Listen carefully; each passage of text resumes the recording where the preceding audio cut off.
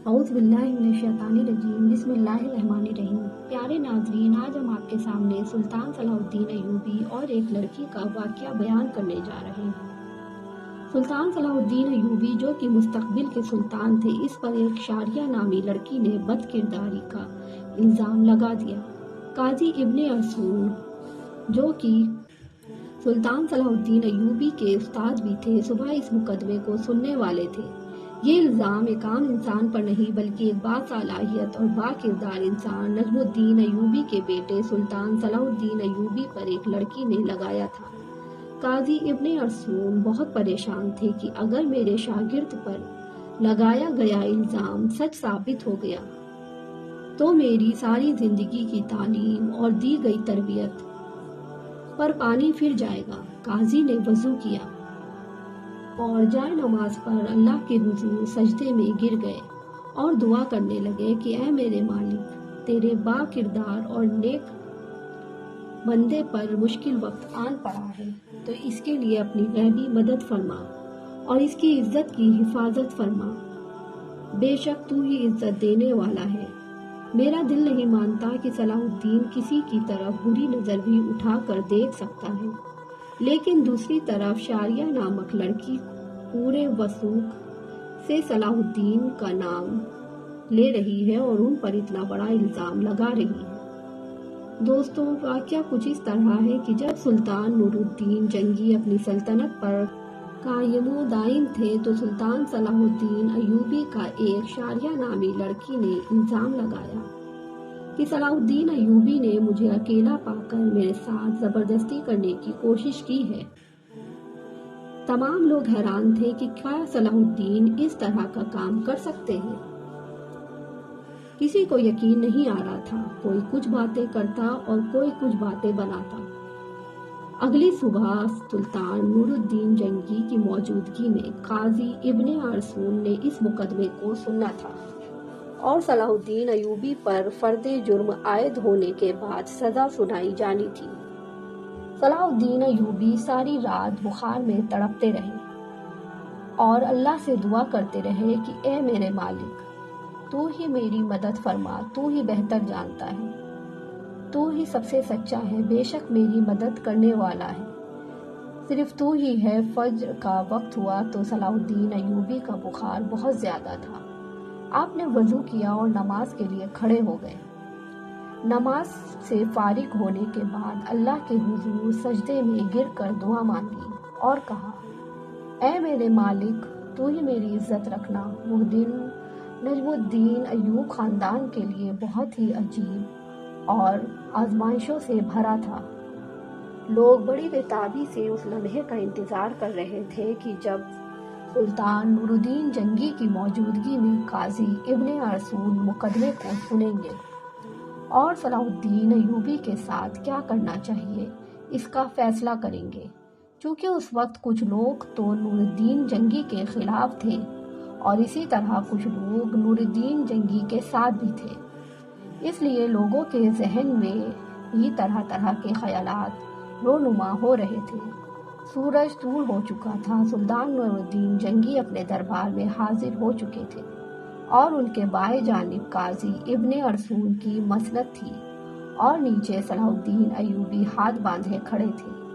کچھ دیر بعد قاضی نے فرد جرم پڑھ کر سنایا اور فرد جرم پڑھنے کے بعد قاضی صلاح الدین ایوبی سے مخاطب ہوئے اور کہا کہ آپ کو اپنی صفائی میں بولنے کا پورا حق ہے۔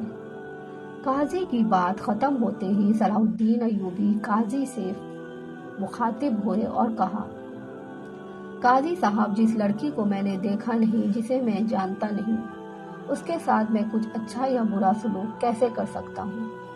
یہ سنتے ہی قاضی صاحب نے حکم دیا کہ شریعہ نامی لڑکی کو حاضر کیا جائے۔ جب وہ لڑکی دربار میں حاضر ہوئی تو لوگوں کی حیرت کی انتہا نہ رہی، کیونکہ اس لڑکی کا پورا جسم ڈھکا ہوا تھا اور صرف آنکھیں کھلی تھیں اور وہ بھی بڑی مشکل سے دکھائی پڑ رہی تھی۔ صلاح الدین ایوبی سمجھ نہیں پا رہے تھے کہ جس لڑکی کو میں نے دیکھا تک نہیں، آخر وہ مجھ پر اتنا گھناؤنا الزام کیوں لگا رہی ہے۔ آخر مجھ سے ایسی کون سی خطا سرزد ہوئی جو اس لڑکی نے مجھ پر اتنا بڑا الزام لگا دیا؟ قاضی ابن ارسون شاریہ نامی لڑکی سے مخاطب ہوئے اور پوچھا، بتاؤ صلاح الدین ایوبی نے تمہارے ساتھ کیا کیا؟ تو اس لڑکی نے کہا کہ میں اپنا بیان پہلے ہی دے چکی ہوں، دوبارہ ان باتوں کو دہرا کر میں اپنی عزت مزید خاک میں نہیں ملا سکتی۔ بخار کی شدت میں اضافہ ہونے کی وجہ سے صلاح الدین ایوبی کا چہرہ زرد ہو رہا تھا اور ہاتھ کپکپا رہے تھے، زبان پر بھی لرزہ طاری تھا۔ انہیں دیکھ کر مجمع میں موجود لوگوں کو ایسا لگ رہا تھا کہ صلاح الدین ایوبی بے قصور نہیں ہے، جرم کی سزا کا خوف ان کے چہرے پر حاوی ہے۔ سلطان نور الدین جنگی بڑے غور سے یہ سارا منظر دیکھ رہے تھے۔ پورے دربار میں سناٹا چھایا ہوا تھا اور لوگ بڑے غور سے صلاح الدین ایوبی اور اس لڑکی کی باتوں کو سن رہے تھے۔ صلاح الدین ایوبی نے اس لڑکی سے کہا کہ کیا تمہیں اپنے رب سے ڈر نہیں لگتا؟ بے قصور انسان پر اتنا گندا الزام لگا رہی ہو۔ لوگ سمجھ رہے ہیں کہ سلطان نور الدین جنگی کا بھتیجا ہونے کی وجہ سے صلاح الدین ایوبی اگر مجرم قرار دے بھی دیا گیا تو سزا سے بچ جائے گا۔ صلاح الدین ایوبی نے قاضی سے کہا کہ جب ہم کسی بھی مسئلے کا حل نہیں نکال پاتے تو پھر ہم اپنے اللہ کی طرف رجوع کرتے ہیں، اور اسی طرح میں بھی اس لڑکی سے کہتا ہوں کہ اگر یہ اللہ کو حاضر ناظر جان کر اور اللہ کی قسم کھا کر کہہ دے کہ اس کا الزام سچا ہے تو میں بھی وہ گناہ قبول کر لوں گا جو مجھ سے سرزد بھی نہیں ہوا۔ یہ سنتے ہی وہ لڑکی صلاح الدین کو بغور دیکھنے لگی۔ وہ صلاح الدین ایوبی کی حالت سمجھ چکی تھی۔ تھوڑی دیر تک بغور دیکھنے کے بعد لڑکی چیخ چیخ کر رونے لگی اور کہا، میں تمام مجمع کے سامنے اللہ کو حاضر ناظر مان کر کہتی ہوں کہ صلاح الدین ایوبی بالکل بے قصور ہے، سارا گناہ میرا ہے۔ یہ سن کر سارے مجمع میں موجود سبھی لوگ حیران رہ گئے اور اس لڑکی کے چند الفاظ نے مقدمے کی نوعیت کو بالکل الٹا کر دیا۔ اتنے میں سلطان نور الدین جنگی طیش میں اپنے تخت سے اٹھا اور لڑکی سے کہنے لگے کہ کیا تمہیں پتا ہے کہ الزام تراشی اور تہمت کی تمہیں کتنی بڑی سزا مل سکتی ہے؟ وہ لڑکی نے کہا، ہاں مجھے بخوبی اس بات کا علم ہے کہ اس عمل کی مجھے کتنی بڑی سزا ملے گی۔ پھر قاضی نے شاریہ سے کہا، آخر ایسی کیا وجہ تھی کہ تم نے صلاح الدین جیسے عظیم شخصیت کے دامن پر اتنا بڑا الزام لگایا اور ان کو داغدار کرنا چاہا؟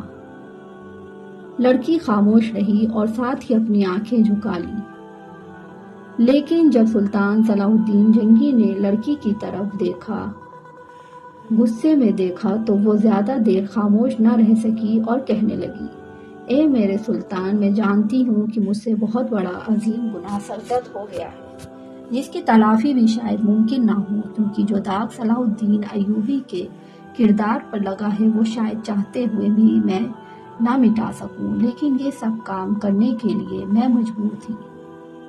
سلطان نور الدین جنگی نے پوچھا، کھل کر بولو کہ تمہیں اس کام کے لیے کس نے مجبور کیا؟ شاریہ نے وہاں موجود ایک شخص جس کا نام امیر ابن مرقوم تھا اس کی طرف اشارہ کرتے ہوئے کہا، عالی جناب، امیر نے مجھے یہ سب کرنے کے لیے مجبور کیا تھا۔ یہ سنتے ہی تمام درباری امیر ابن مرقوم کو ملامت، افسوس اور غصے سے بھری نظروں سے دیکھنے لگے۔ امیر ابن مرقوم اپنی جگہ سے اٹھا اور بڑے یقین اور دبدبے کے ساتھ کہنے لگا، یہ لڑکی سراسر جھوٹ بول رہی ہے، میں بھی صلاح الدین کی طرح اس لڑکی کو جانتا تک نہیں۔ سلطان نور الدین جنگی نے جب یہ سارا منظر دیکھا تو کہا، انشاءاللہ کل معلوم ہو جائے گا کہ کون بے گناہ ہے اور کون گنہگار۔ اس کے بعد ابن مرقوم کو تحویل میں لے لیا گیا اور معاملے کی تفتیش کے لیے جاسوس لگا دیے گئے۔ اس کے بعد صلاح الدین نور الدین جنگی نے شاریہ نامی لڑکی کو اپنے کمرے میں بلایا اور پوچھا کہ بتاؤ اصل بات کیا ہے؟ لڑکی نے کہا کہ عالی جناب، ایک جنگ میں میرے ماں باپ مارے گئے تھے اور میں اس ظالم امیر ابن مرقوم کے ہاتھ لگ گئی تھی۔ یہ مجھ پر بے انتہا ظلم اور تشدد کرتا ہے اور ہر طرح کے اچھے برے کام مجھ سے کراتا ہے، اور جب شاہی کنیز کے ذریعے جانچ کرائی گئی تو اس لڑکی کی پیٹھ پر کوڑوں کے نشان بھی دکھائی دیے۔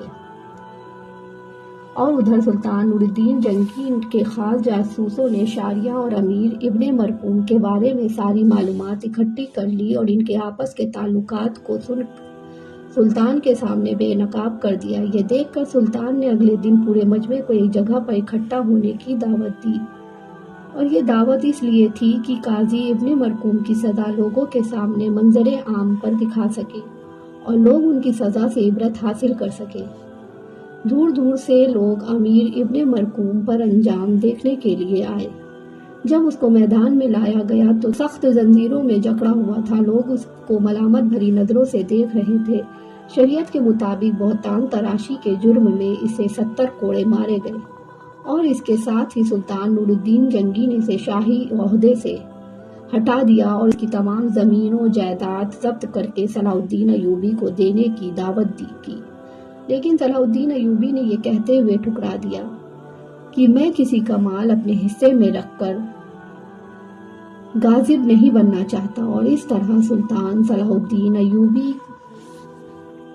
رحمۃ اللہ علیہ کی اللہ رب العزت نے غیبی مدد کی، اور ان کے کردار پر لگایا گیا بدنما داغ دودھ کی طرح دھل گیا۔ بے شک اللہ اپنے نیک بندوں کی مدد فرماتا ہے۔ جو انسان شیطان کے وسوسوں اور شیطانی کاموں سے بچتا ہے تو اللہ تعالیٰ اس کی مدد فرماتا ہے، جس کا واضح ثبوت قرآن شریف میں موجود ہے کہ جب حضرت یوسف علیہ السلام پر زلیخا نے بدکاری کا الزام لگایا، اسے بھڑکایا، اسے گناہ گار کرنے کی کوشش کی، تو دروازے بند ہونے کے باوجود اللہ تعالیٰ کی غیبی مدد آئی اور اللہ تعالیٰ نے انہیں سرخرو کیا۔ لیکن شرط ہے کہ انسان کا اپنے رب پر بھروسہ اور ایمان پر پختگی ہونی چاہیے، تو یقیناً بلا شبہ اللہ تعالیٰ اپنے بندوں کی مدد ضرور فرماتے ہیں۔